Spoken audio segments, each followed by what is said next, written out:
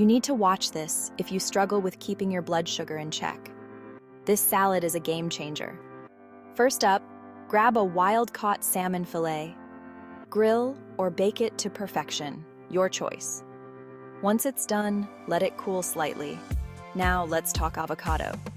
It's packed with healthy fats that help stabilize blood sugar.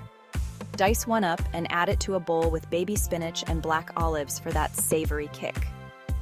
For the dressing, mix 1 tablespoon of extra virgin olive oil with 2 tablespoons of lemon juice. Add a pinch of salt and pepper. Simple and zesty. Flake your cooled salmon and toss it into the bowl. Drizzle your dressing over the top and give it a gentle toss. Voila! A vibrant, nutrient-packed avocado and salmon salad that's perfect for keeping blood sugar steady. Try it out and let us know how you like it. Don't forget to subscribe for more healthy, diabetes-friendly recipes. See you next time.